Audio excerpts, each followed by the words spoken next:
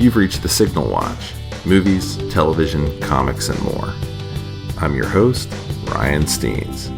Join me and our cadre of co-contributors as we examine cultural artifacts of the 20th century, boldly explore the 21st, and try to put it all in perspective. Stay tuned. We're gonna try to make this work.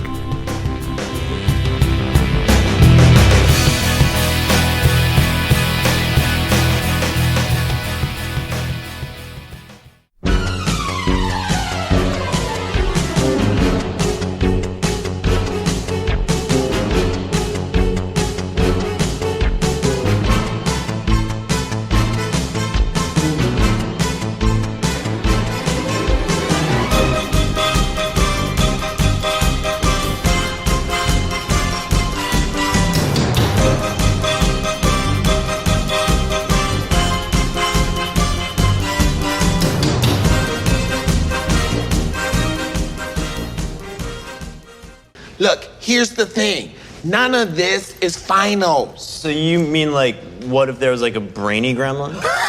A brainy gremlin. You talking about a gremlin with glasses who could talk and sing New York, New York? That's brilliant. It's in the movie done.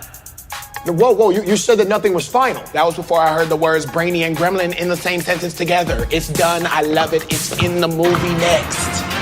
What about a spider gremlin?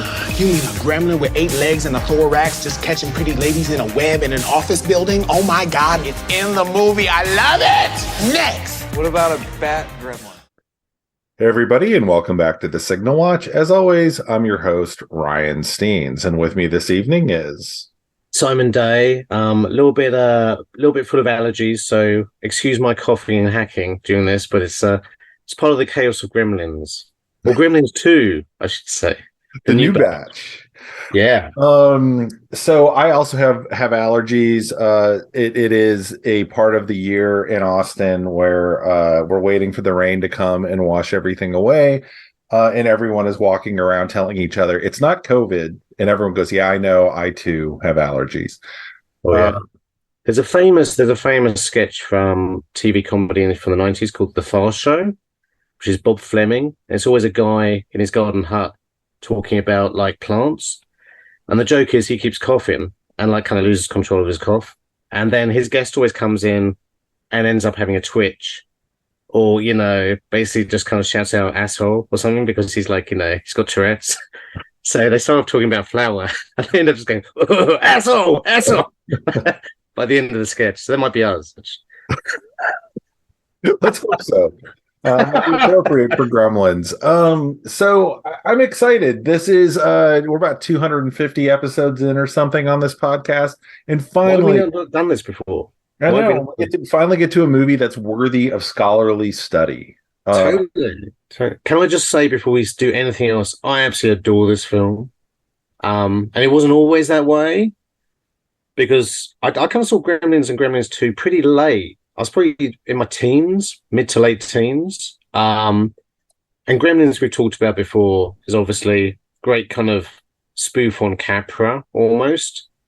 But Gremlins 2, man, it's just like, it's you know, I always think of Tim Burton with the 2 Batman films because I always feel like, you know, they brought in this director who's got a crazy style, crazy sensibilities, kind of locked him down for the first film, and you know, it's huge box office success. You know, he made a really good job of it, and then basically in both cases they kind of said, "Here's a ton of money, do whatever you want for the sequel."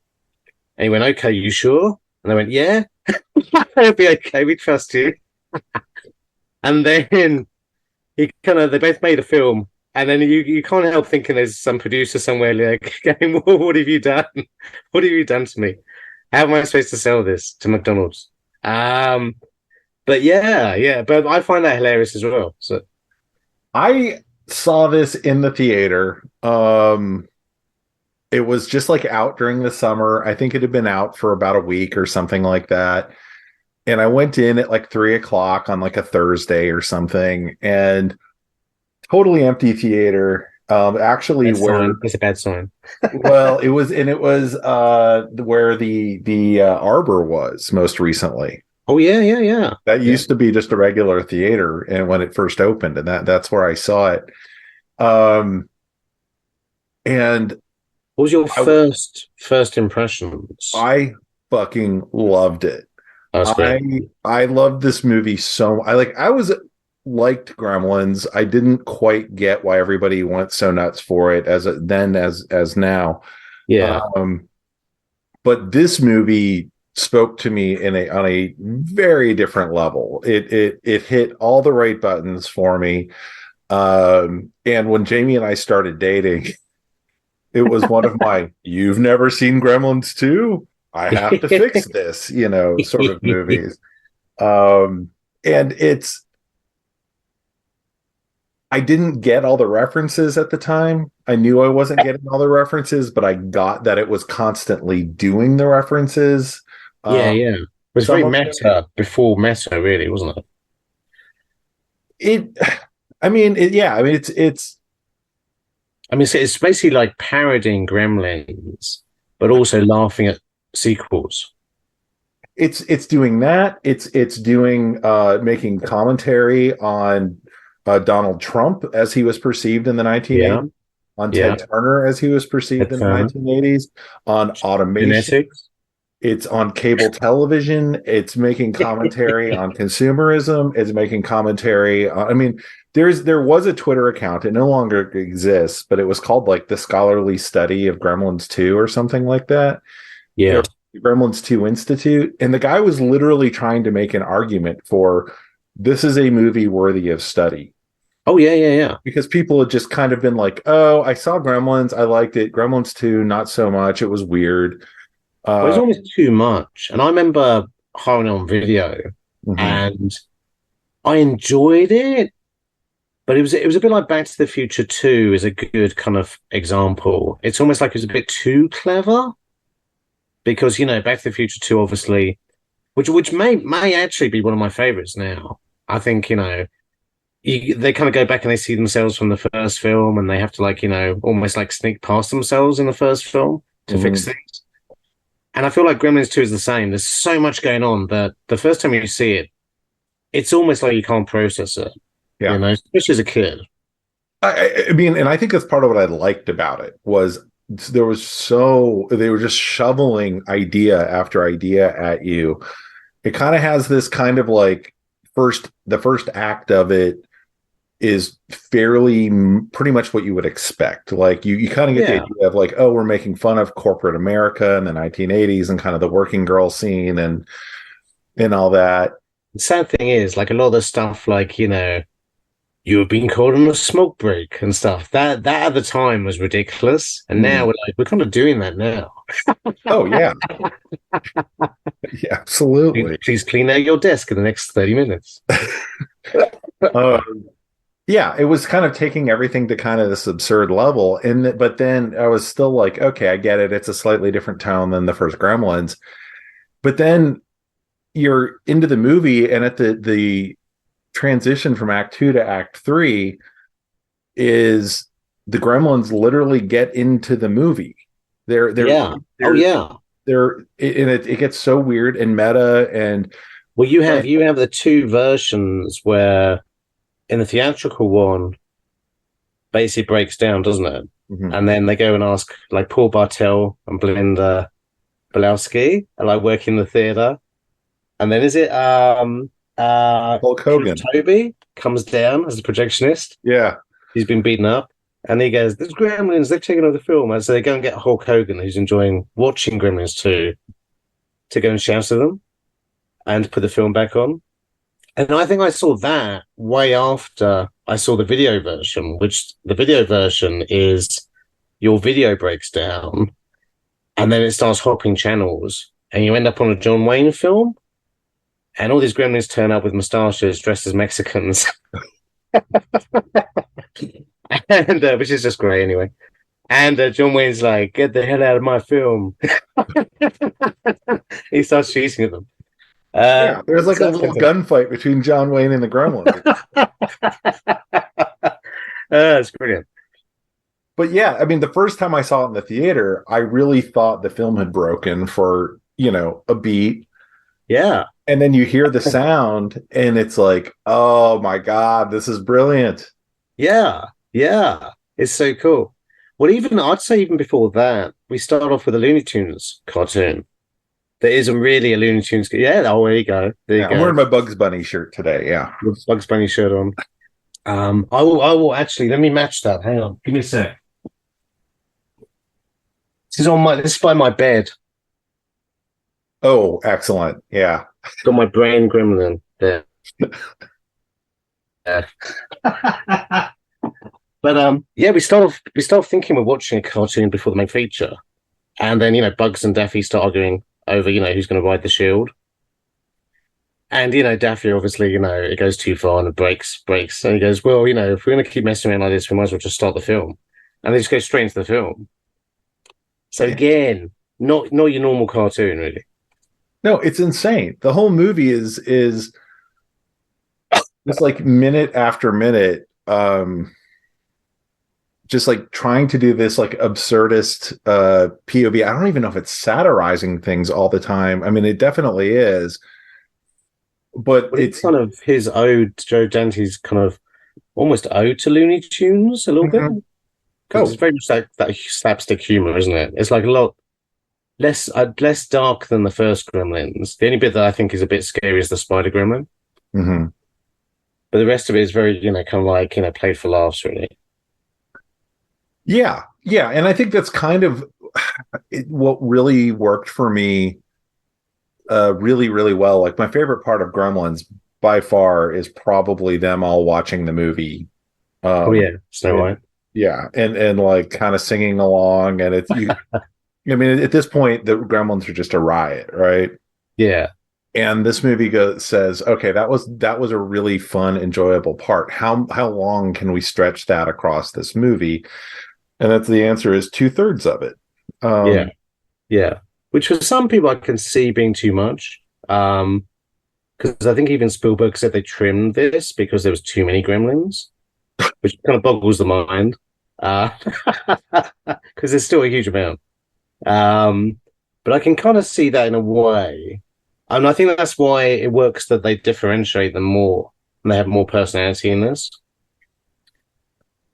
Because they start off kind of being born with more personality. Like there's the Lenny and George one from Of Mice and Men.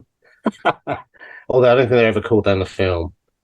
And then there's the kind of Daffy one, the wacky one, who's like, he does the Marathon Man. Is it safe? Is it safe?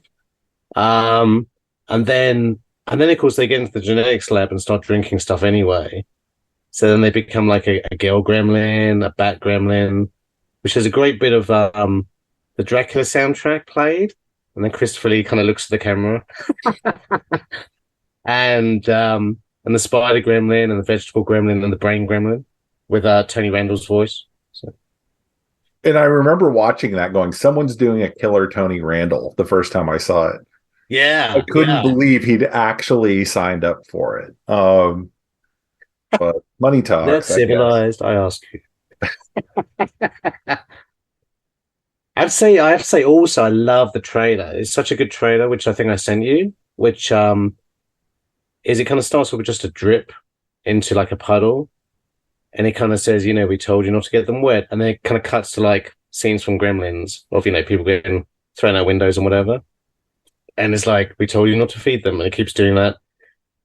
And then it goes, here they grow again. And then it kind of has a montage from Gremlins 2. And it finishes off with, the brain gremlin going, was that civilized? I don't think so, but it was fun. And I'm like, that's a great trailer. That's so cool. It really is. Just enough, Have you, by the way, seen the Key and Peele sketch on Gremlins? I have. And I was thinking of that, actually, yeah. Because it is, it's a really good sketch because it's kind of true. It's laughing at it, but then it's kind of what happened. Yeah, it had been a while since I'd seen the movie when that sketch came out. And it warmed my heart. I'm glad the sketch itself has its like place within Gremlins history at this point. And I think it did get people who hadn't seen it since it first hit cable or whatever to go back and kind of reconsider the movie. Yeah. because it is. It's. I think it would be. It's more accepted now than it was when it came out. I mean, our age group, our peer group, really did not embrace the film, and I remember kind of being like the sole voice defending the movie in more than one conversation, like kind of through college, as kind of time went by. Well, I'll go further than that. I'll kind of say I almost forgot about it, because I kind of I think I watched it and then kind of forgot about it a little bit during college because I remember showing my girlfriend, and I was same as you. I think I probably forced her to watch all the films I liked, like Die Hard. You got to watch Die Hard, and Die Hard with Avengers is coming out. You got to see Die Hard first, and but then like years later, I mean, pretty much I would say since the late 90s. I've watched Gremlins every Christmas. It's one of the few films I do watch every Christmas. I think with Die Hard and Love Actually. But Gremlins 2, I don't know. It just like I think probably when I started doing that, I watched Gremlins 2. Maybe I bought even a double pack, so I just had it with me. But I think with that, I'll put it this way. So Terror Tuesday shows horror films at the Alamo every Tuesday. And there's so many I want to go and see. And so many I'm just like, I'm too tired or I'm too busy. And I made no excuses for Gremlins 2. I went straight there to watch Gremlins 2. I'm like, any chance to see this on a big screen must be taken. And I can even remember the last time I saw it in Austin, which was about 2012, because I think I've got the poster. So it's like, it's that good. You kind of have to see it with an audience. And when I saw it with an audience, it was great. Kind of hearing the laughing and the people almost going, are they going to go that far? They are. Oh my God. Yeah, I've seen it in the theater, but not with an audience. So that's great. It's great. I do need to make it to a screening, and I think I'll check. There's some really interesting stuff at the Paramount this summer. I saw that. So Robert Rodriguez is comparing some stuff. Yeah. So let's get into the plot briefly, because there is a plot. We can use that to kind of leverage some of the other stuff. But the film also just quickly, I'm just going to say, I also think when you say great sequels, you obviously think Godfather 2, Aliens, maybe Mad Max 2, stuff like that. But I feel like this is one of the great sequels that everybody always forgets about. Well, I don't know how many people have. I think. Not that many people ended up seeing this movie. I don't actually know what the box office or whatever the income on it was. 40 million on a 30 to 40 million budget. That sounds about right. Yeah. I mean, so it died really. It kind of died, and I think people saw it, thought it was a little weird, and then kind of like yourself, just kind of forgot that it existed in a way until that sketch came out. And then people were like, oh yeah, it did have all those things in it. I think Warner Brothers kind of blamed Dante. And I think Dante blamed the fact that it had been a bit too long since Gremlins. And it's probably a bit of both of that, to be honest.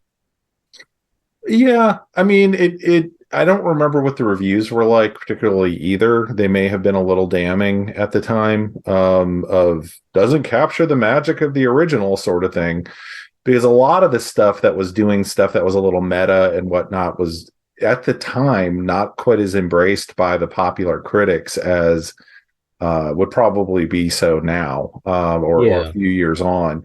Well, also, like you said earlier, I think now this is totally kind of embraced, at least by a certain percentage of kind of nerds our age. Kind of like The Princess Bride or Army of Darkness. But you kind of forget that most of those films didn't do very well originally. Yeah. Army of Darkness in particular. Because I remember that coming out for a week. I actually meant to go and see that, and it had already gone. That thing was on VHS very fast is my memory of 93.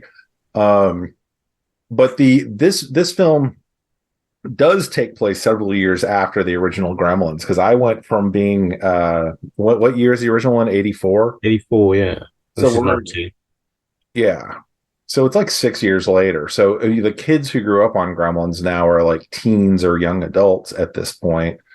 And I was thinking about that the other day with Indiana Jones. I'm still sitting here awaiting Indiana Jones, and I'm thinking, actually, the last one was 15 years ago. That's a long, long time. It's like I had hair when I watched the last Indiana Jones.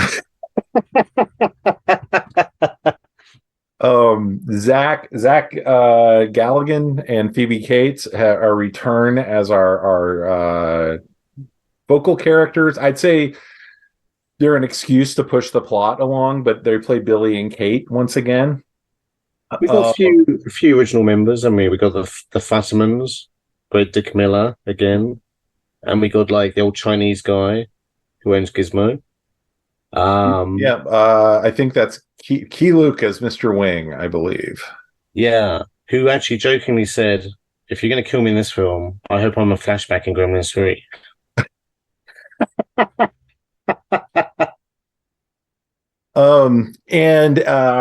As the film opens, Billy and Kate both have taken jobs with the Clamp Corporation. Billy, which is a real estate / media mogul.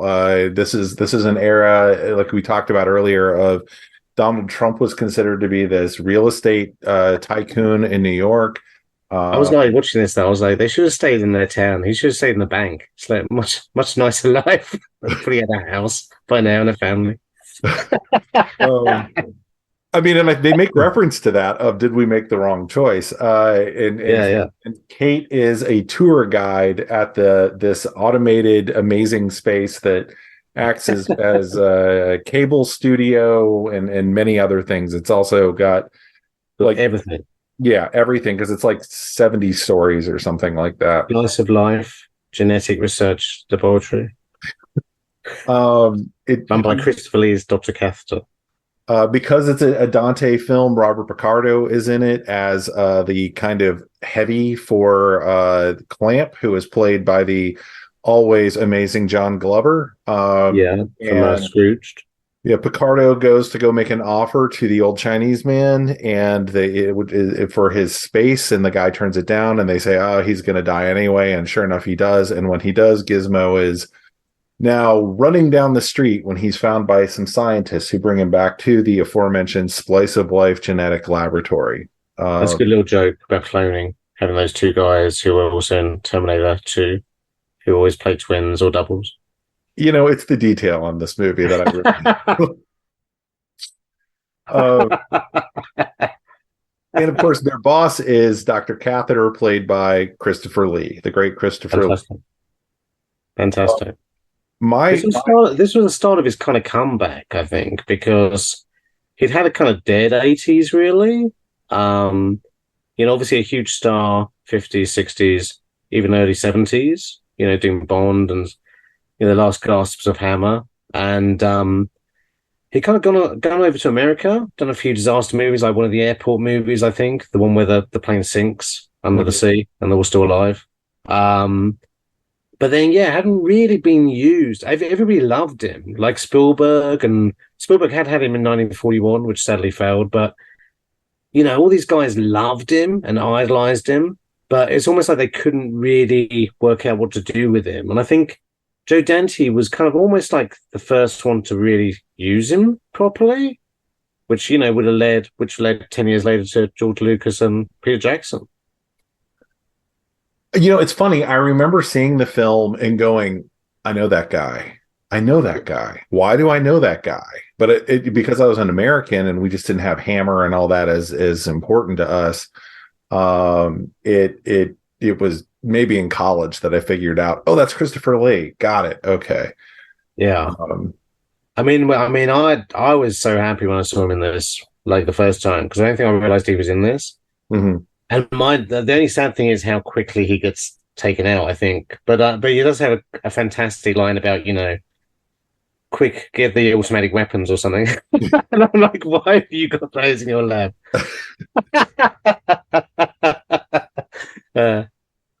You mentioned that Dick Miller's in it. He back as Mr. Futterman, and Jackie Joseph back as Mrs. Futterman. Getty Watanabe, who people know from many 80s movies, is Mr. Kitsuji.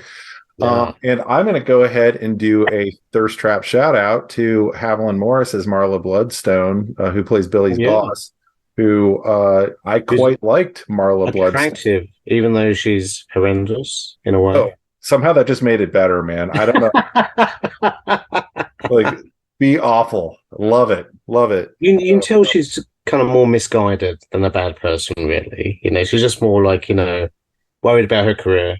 But there's a great line when they're in the restaurant, though, where the guy comes up at the end and he goes like, more horn, more chocolate horn.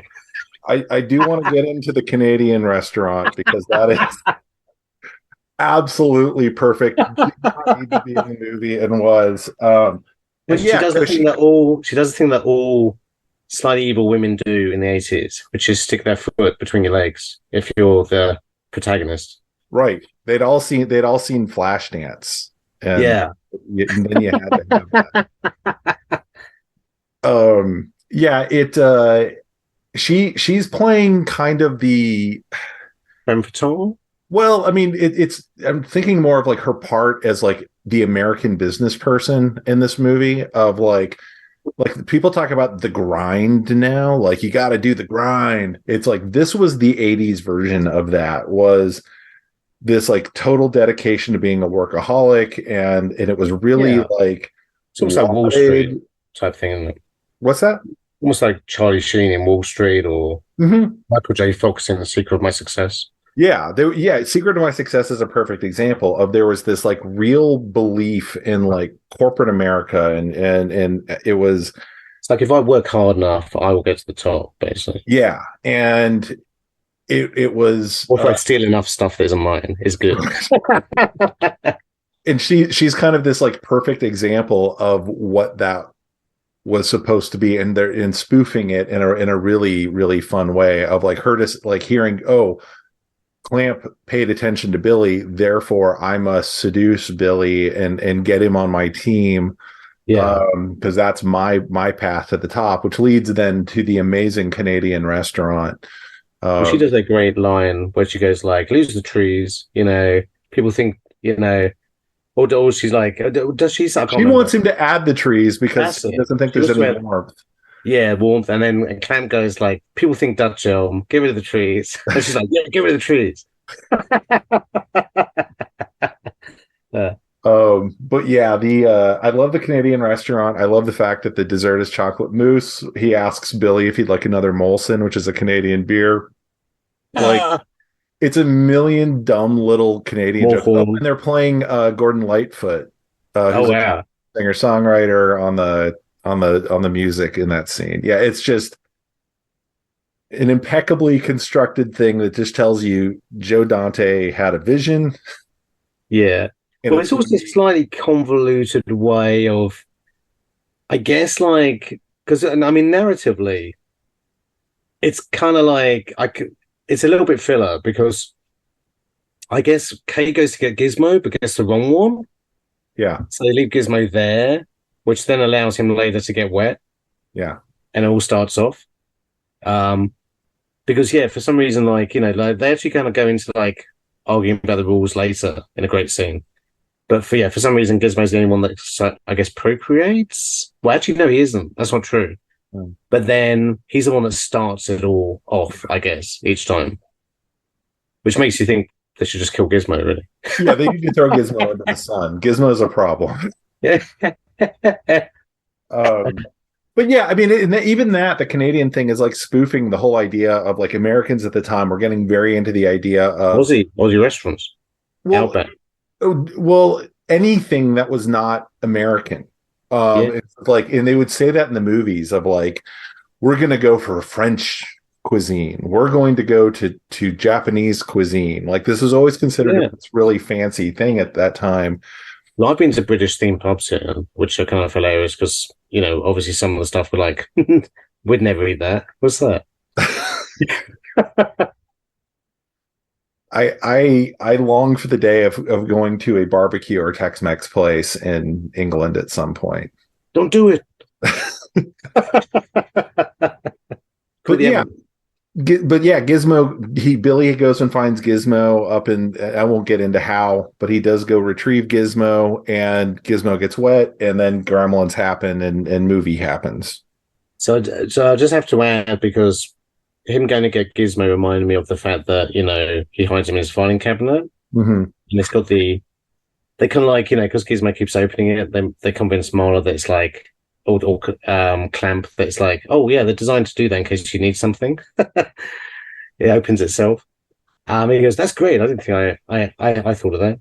But that reminded me of like the men's restroom that made everybody laugh when I saw it, which is like when somebody walks in and out and goes, you have a great day. Yeah, you're looking fantastic. Like this restroom talks to you. Ooh, Yeah. hey, mister, did you wash your hands? When they walk in, they're like, "You're in the men's room, buddy."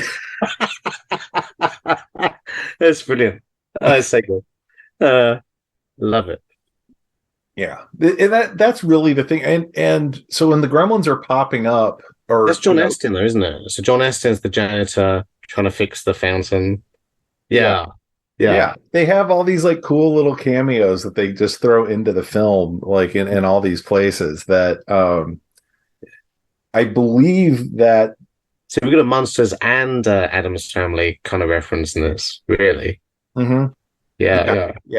Everything. It's just an opportunity for Dante to kind of throw in just things that he loves into this one movie, and he's kind of going to do it with his big shot. Warner Brothers has just bankrolled him to be able to do it. But he pretty much had a not blank check, but I think he had 3 times more than he had on Gremlins to spend.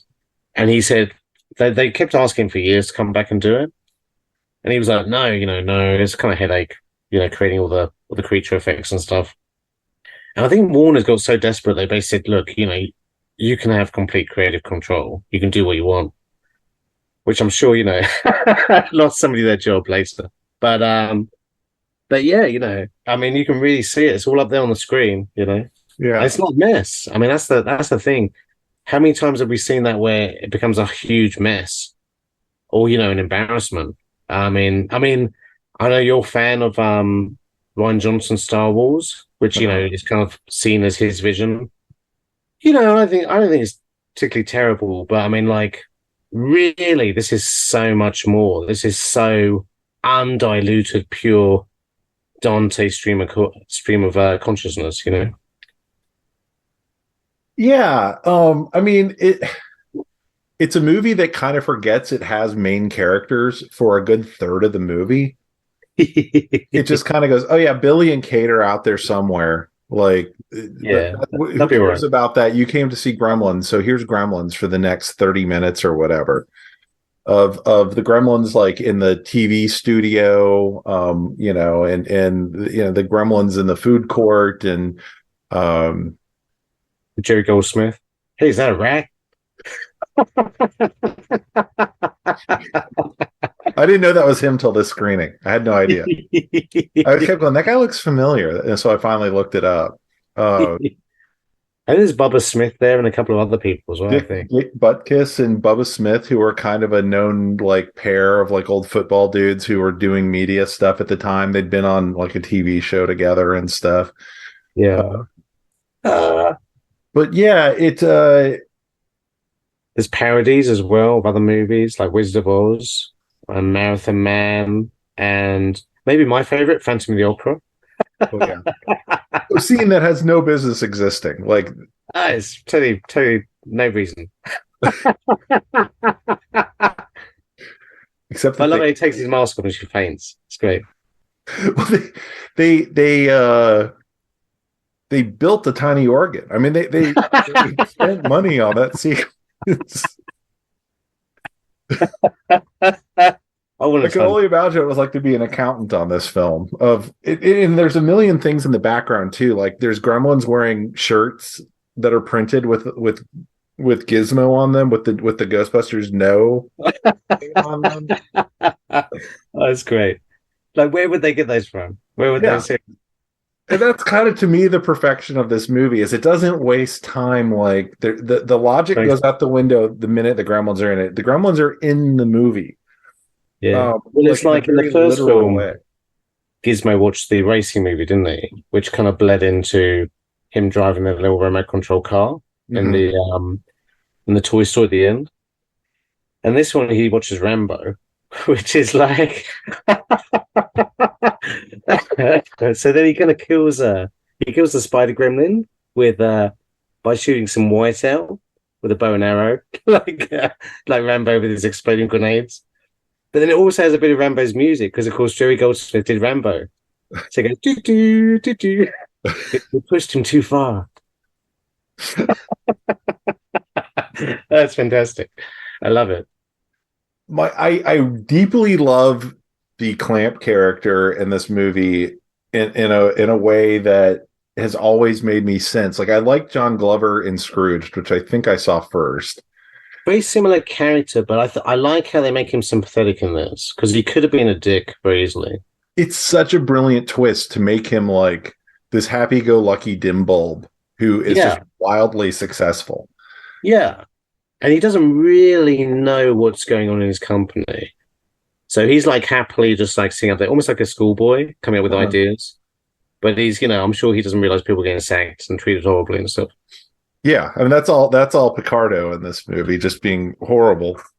Yeah. Great at it. But yeah, the like having the escape tunnel and his video about like the end of the world. I'm glad you enjoyed our programming. We hope more that you enjoyed life. That's so good.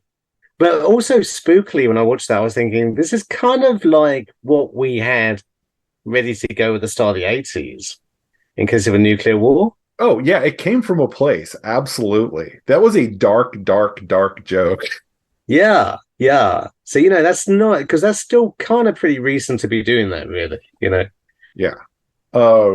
Yeah, I mean, the wall had just fallen when this movie came out. I'm sure when it was shot, the wall hadn't fallen. We were all pretty much ready for the world to end at any given moment, growing up. I know kids today think things are awful, and that's true, but you're not going to die, hopefully, though. We're all just like sitting around going, well, any minute you're going to get the announcement that we're going to duck and cover, but it's a nuclear blast, and all games could happen. Yeah, we were very ready for it. And I think that there's this really interesting thing of the movie tries to do about like trying to control the world. I mean, that's really what Clamp. He's Clamp, right? He's trying to. The building is automated. Like you're trying to control whether people go get a smoke or whatever, and then the ultimate chaos engine enters the building. Yeah. And so in its own way, that's commentary unto itself of the joy that you feel in that chaos once that control goes away. Well, it's almost like if the first Gremlins is like, I don't know, like a young The Who or the Rolling Stones. This one's like the Sex Pistols. It's so punk. It's like just anything can happen, really. Yeah. I would even take it to if you want to use The Who as a comparison, like early performances versus Keith Moon blowing up his drum set with dynamite on TV. You know what was going to happen. Yeah. I do feel a little bad for Phoebe Cates in this movie because she does have like the poor solo scene with the completely batshit Mogwai. That's kind of her big sequence. She doesn't have a whole lot in this movie other than making fun of her soliloquy from the first movie. Yeah. I do like how she just starts talking. They both go, yeah, to the legs. It's like just cuts it off straight away. They learn their lesson. I mean, there's just I also love the fact that there's a good plan to kill the gremlins by having the kind of like having the curtains up, looking like nighttime, and then dropping them and letting the sunlight pour in, and it doesn't work because it's overcast. Which arguably would it still work? I don't know. It's still kind of daylight, but then they actually use kind of another plot device, which is great. Which is they wet all the gremlins, which Dickman is obviously a bit worried about. He's like, "Do you know what you're doing?" But then they release the electric gremlin. They've had him hold in the phone, which is hilarious because he's listening to like Is it like Girl from Ipanema or something? It's like, Yeah. Well, that's the second movie in 2 weeks with Girl from Ipanema. Yeah. He's just like screaming in the phone, but they let him out, and he like just electrocutes all of them and melts all of them, and that was great. I thought because that's two good endings, and like also like a little bit of suspense. But even talking about Clamp kind of being this like boyish, like kind of insane character, the curtain he goes to get has like a big cartoon moon and stars on it. But it's perfectly in line with how the Gremlins think. So sure. Yeah, yeah, they're too busy singing. They don't care. Oh my God. So when the musical number started the first time I saw this, that was when I went from like really, really like this movie to I will forever love this movie. And I will confess that I have over the years many times just watched just this sequence on YouTube. This is so good. It's I mean, it was clearly ridiculously hard to do, incredibly expensive to do. Oh yeah, yeah. And they were like, no, this is how we end our Gremlins movie is with a gigantic song and dance number. Yeah, yeah. And with her like in the middle with all her face coming up on they're turning it around like an old MGM music. We have to talk about Gerda Gremlin a little bit. So it's funny. It's a character that over the years has changed what it means. Although the movie hasn't changed, I've seen different people talking about the character in different ways. Because the context has somewhat been lost, right? Like she's left over from old like Tex Avery cartoons of the man, sort of. Oh yeah. Well, she's Greta now, isn't she? She's like Greta, not Gerda. Yeah, Greta Gremlin. Yeah. Yeah, Greta Garbo after that. And she's clearly supposed to be like Is she like Mae West type? Go ahead. She kind of Mae West type, do you think? I think she's supposed to be a Mamie Van Doren, a Monroe, clearly some sort of homage, Rita Hayworth. I think they're just kind of taking that kind of mid-century idea of the bombshell, kind of post-World War II American bombshell.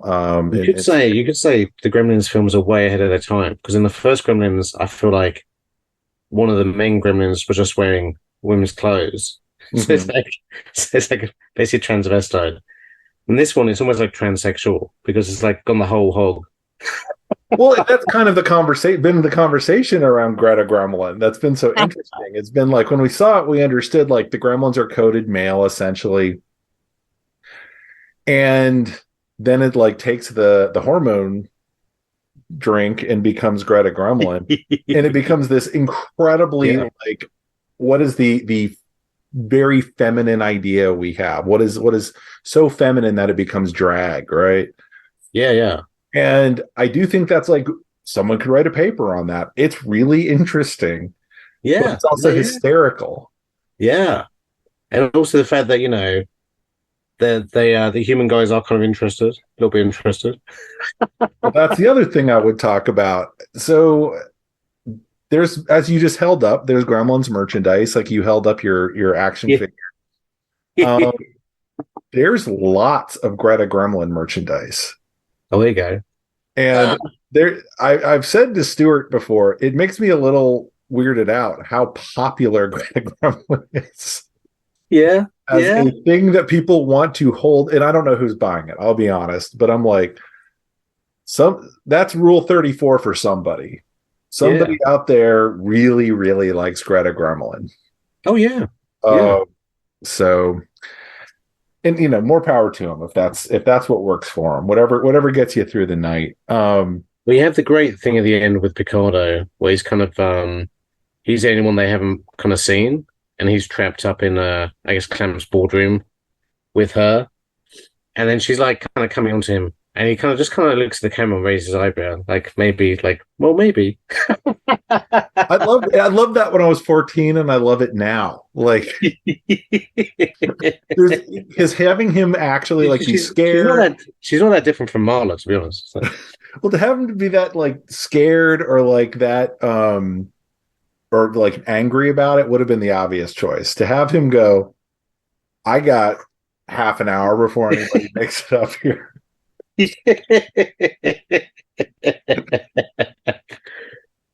That's just good stuff. And to your point, one, I'm deeply offended that you would compare her to Marla. It's all the makeup. It's all the makeup, but and giant '80s hair, but Yeah, big red hair. but yeah, it's I just think it's such an interesting bit. Just as kind of like it depends if you read the novelization of Gremlins 2. He is the brain is Mr. Glasses, I believe, in the novelization. Yeah. So he goes by many names. He's a man of many personalities. But the sequence where, and this must sound insane if you've not seen the movie, but where Dracula's interviewing him, like doing the sit down interview with him, is just so good. Is that civilized? Yeah. It's so good. It's so good. There's so much good stuff in this, and it's not that long either. I mean, there's so much packed into it, really. It's like, it's amazing it can hold all these ideas. Yeah. I would really like to see, I don't know what it would look like to do this in 2023, 2024. Like, I have a feeling that it would be hard to top this, even if Dante came back, even if you kind of gave him enough money as well, creative control, which I don't think you would these days. Maybe you would do that. But I would think this is hard to top. Plus, I just don't think they'd give him this amount of freedom again.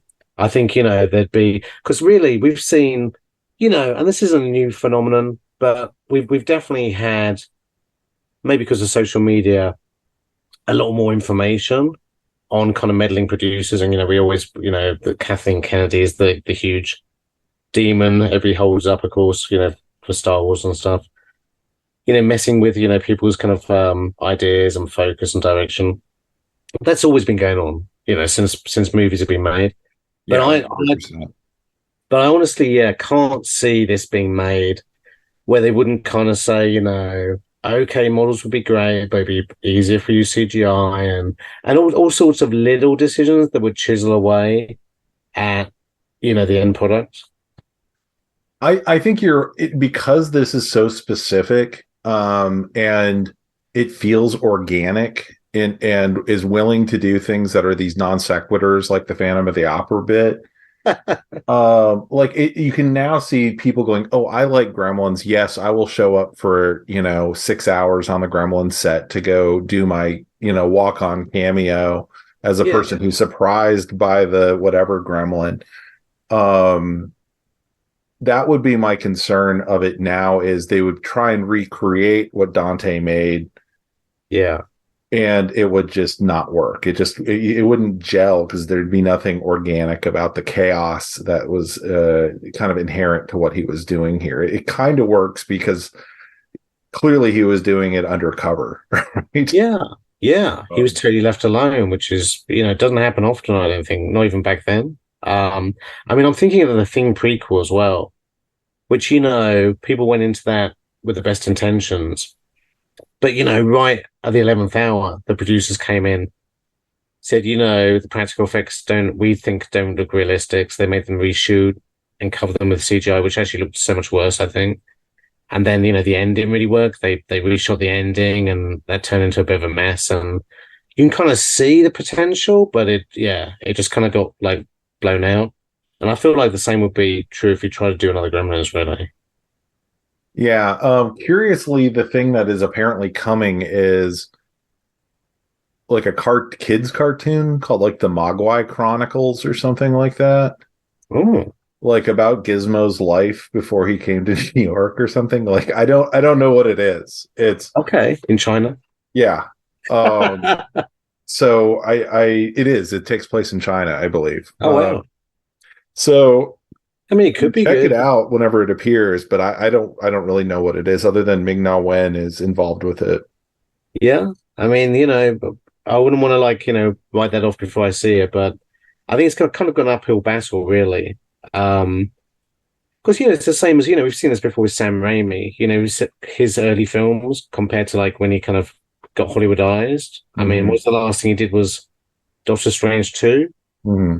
I mean, I went into that, really hoping for some Raimi-isms. And there were a few. There were like, zombies walking around and stuff, but it was slim pickings for like, somebody who's grown up on the Evil Deads.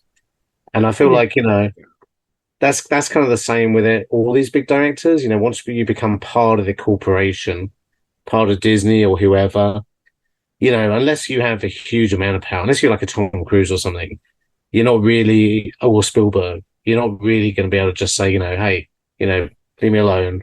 I'll give you a film. Well, not for the cost of what it costs to make a major release now. Yeah. And 40 million back then, you said that was the budget. That'd be like what, 100 now, 150 now, probably. I mean, it's a chunk of change, but it's also not. The Gremlins did make a huge amount. I think that's why he got away with that. Because because Gremlins until Batman was the biggest Warner's film. Mm. And by the way, I do like the little Batman joke in this where it flies through the wall and it goes do do do do do, and it has It's the so Batman good. Yeah, it's so silly. It's just short enough for you to go, oh, that was clever, and then it moves on. Yeah, and good promotion for Batman. Batman needed no promotion. Just in case there's somebody living under a rock. Yeah, but yeah, no, but I totally agree. I mean, it's just so good in so many ways. I mean, even the score by Jerry Goldsmith. I love Jerry Goldsmith, and I love the score for Gremlins. But again, he surpassed himself. I've got both scores, and sometimes I just put Gremlins 2 on just because it's so crazy, And actually, I want you and I to do podcast at some point. Looney Tunes Back in Action, because pretty much the same team. Dante, Goldsmith, a lot of the same actors, kind of doing Looney Tunes, which isn't that far removed from this actually. Oh no, absolutely yes. They're on a continuum. Yeah. I've never seen Back in Action. Stuart, we might want to grab him for that one. Stuart, I know, is sitting at his desk working right now, listening, going, "Oh my God, they're talking about me, and I have to do this podcast now." They've broken the fourth wall in their own way, and they're talking directly to me. I'm muted. Hulk Hogan's going to burst into Stuart's cube and start telling him he's got to do the podcast now. Slide down the pole. But yeah, I would love to do Looney Tunes. That would be a lot I have I'm sitting here with by the way, a Looney Tunes sticker and there you go. And a Bugs Bunny in a Superman suit figurine. Oh wow! So yeah, I'm all in. I'm all in. All the good stuff. All the good stuff. I don't own any Gremlins paraphernalia. That surprises me. I am surprised too. I guess I have to get a Greta Gremlin now. Apparently, that's my avatar for Marla or something. Doesn't mean anything. You're happily married. But yeah, it is. I think a movie that, I mean, we're having a lot of fun talking about it, and I know we've kind of gone a little brainy on it, but if it's been a while since you've seen it, it's on HBO Max. If you already have, you should have HBO Max anyway. Yeah. And you can't poo-poo it. You can't go, I saw it when I was 15 and I'm too cool for this movie. That is not a legitimate response to the fact this podcast exists. No. You must go rewatch the movie now. You owe it to yourself to watch it. It's kind of like one of those films like The Rocketeer that kind of were great, but just kind of got missed or forgotten. And when you do get a chance to watch it now, or like Young Sherlock Holmes, I'd throw Young Sherlock Holmes in there, which I know you're not so much a fan of, but I love. And whenever I watch something, I'm like, how the hell was this not a hit? This is like everything that speaks to me. This is like a perfect film, Yeah. And it just makes you happy just watching it. It's just a film that makes you feel good and puts a smile on your face. I think Jamie knows if she just says the words Gremlins 2 to me, I get a little excited. It's going to snap you out of a bad mood. Yeah.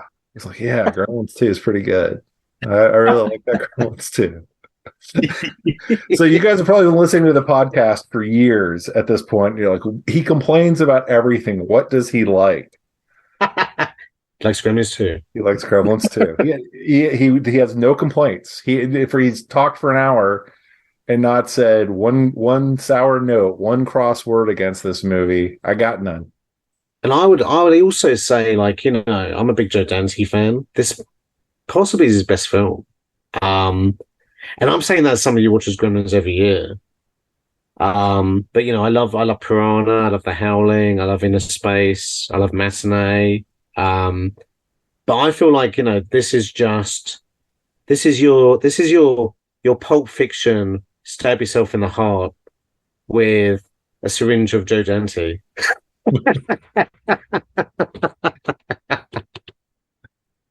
And you're going to get off the floor pretty fast. I completely agree, and I think it's just a phenomenal movie, and on so many levels. I will say, like, I'm well documented of like liking a movie that not just has like a big action climax, but when a movie spirals into chaos. And this movie is probably ground zero for me for that. Like, this is the high I'm chasing constantly, is the song and dance number from New York, New York from this movie. It's like, if you can give, and I know it doesn't sound the same, but it's like when I'm watching a Godzilla movie and there's like 5 monsters on screen, like I'm watching one of those and I'm like, fuck yeah, this is why this is cinema. That's the high I'm chasing constantly, is the New York, New York number. Well, it's like not many films go far enough, or they kind of like, they're very predictable. I think when you do get a film like Aliens, I would say Aliens is another good example, because in Aliens they're given several obstacles, not just the aliens, which are almost in the background, but they got the fact that the plant's going to blow up in so many hours, and they have to like sort out these problems. And Die Hard's another one. And I think when you get that and it's done well, it really holds you on your seat. It's fantastic. Yeah. I guess I don't have a ton of other things to say other than if Hamlin Morris out there, who played Marla Bloodstone, is out there, I'd shoot my shot. She's very sexy. She's sexy. She's weirdly a bit Jessica Rabbit. Yeah, I mean that's a feature, not a bug. We're talking about action to female gremlins and cartoon characters. Aside from the ones we've talked about, are there any gremlins that we should have talked about that we didn't? I'm trying to think. A vegetable gremlin is a phenomenal visual. Yeah, that's good. Yeah. Yeah, I mean, it's kind of like I like the fact that they mixed up the gremlins, I think, because, I think that was necessary just to kind of keep the interest. And I think that's why Rick Baker came and did this, because originally he was like, oh, I don't want to like just do somebody else's kind of like job again and just copy what somebody else did before. And they said, well, what if you could do whatever you wanted? And that kind of like, perked his interest. Because Chris Wallace had already moved on to like, I think, a directing career. I think he'd done The Fly 2 by this point. So he was trying to be a director. Yeah. But yeah, and I think it kind of works. I remember when I was a kid, it's funny, when I was a kid, I was kind of more serious than I am now, I think. And I think I was like a little bit pissed off that it was as silly as it was, and it wasn't as scary, because I liked Gremlins, how it did get pretty dark, but now I think, I don't know, since I kind of got older, since my late teens, early 20s, I think I just really relish the stupidness of this. I mean, just like, just the fact that they're throwing a Marathon Man joke, I mean, hardly anybody knows Marathon Man apart from you and me. But the fact that, they're doing like, is it safe? Is it safe? It's fantastic. And it's almost a brand of humor that, like, you see it a little bit on TV now, but we're not going to worry that everybody gets the joke. We're just going to keep dropping them every 20 seconds. Yeah. And if you get it, great. If not, he just said something funny and weird. It doesn't matter. He's doing other stuff. Like, and that's kind of the brilliance of this movie to me, is it's like there's something every 30 to 60 seconds that's happening after the gremlins show up that's enjoyable. The other thing we haven't mentioned, we talked about the music, but the sound on it, all of the sound effects are basically Warner Brothers sounds. Which makes a lot of sense. Yeah. Because quite often, and there must have been a little bit of that on the first Gremlins, because I feel like when they fell off stools or things have got hit, there's like kind of wow, wow, wow, wow, wow kind of noises and stuff. And the birds, the fluttering birds. Especially when they're in the bar, there's in this one, like when you really know it's kicking in is when the kind of Spike stand-in who becomes the Spider Gremlin. Yeah. Gizmo's backing up like to the corner and he gets poked on the head, and it's the violin thing going wing, wing. And then he gets pulled and then you hear kind of the wacky kind of like hurdy-gurdy sound. Yeah. Getting beat up like a cartoon character. It's kind of like that throughout. It's everything that happens has kind of like a Warner Brothers approved sound effect underneath.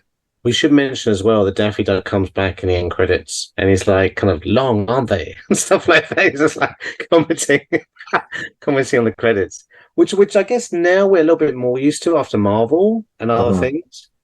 But like back then, that was kind of weird as well, because you normally either left or you were trying to pack up and get your family together in the end credits. But they're worth watching just for that, I think. I watched him through this time. It had been a while.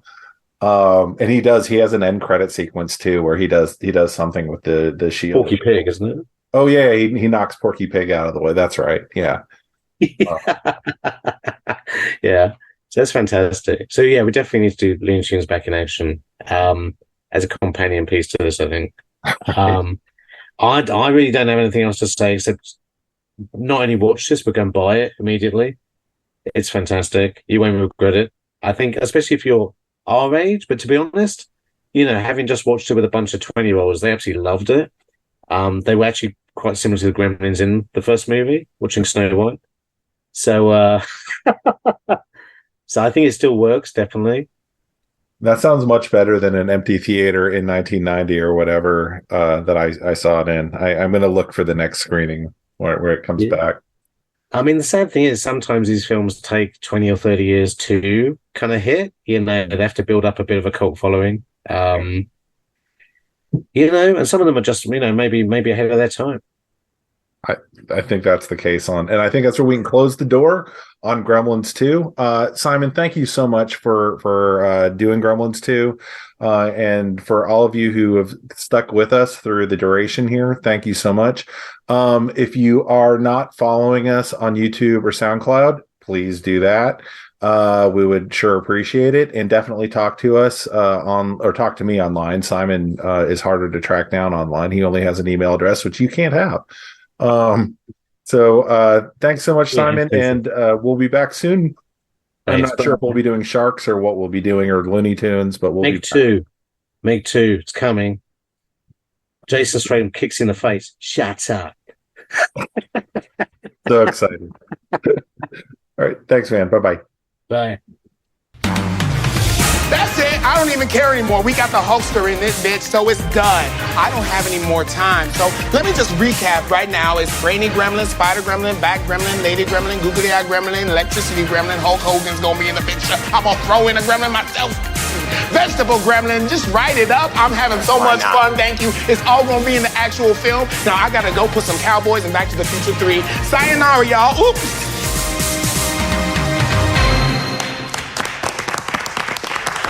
Now, okay, you guys know that none of that is going to be in the actual movie.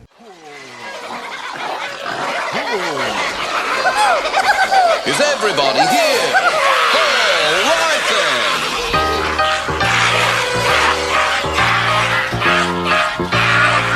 Start spreading the news. I'm leaving today. I wanna be a part of it. New York, New York, yes sir. These vagabond shoes are longing to stray and step around the hall a bit. New York, New York. These guys aren't bad. I wanna wake up in the city that doesn't sleep, to find I'm king of the hill, a number one, cream of the crop, top of the hill.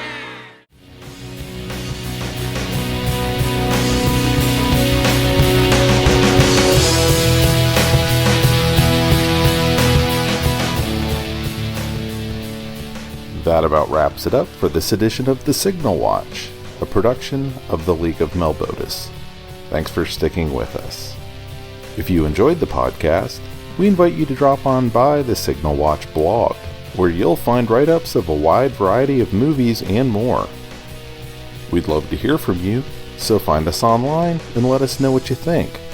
Whether you prefer email, blog comments, or social media, we'll be happy to hear from you. We'll be back soon with more exceedingly high-quality content.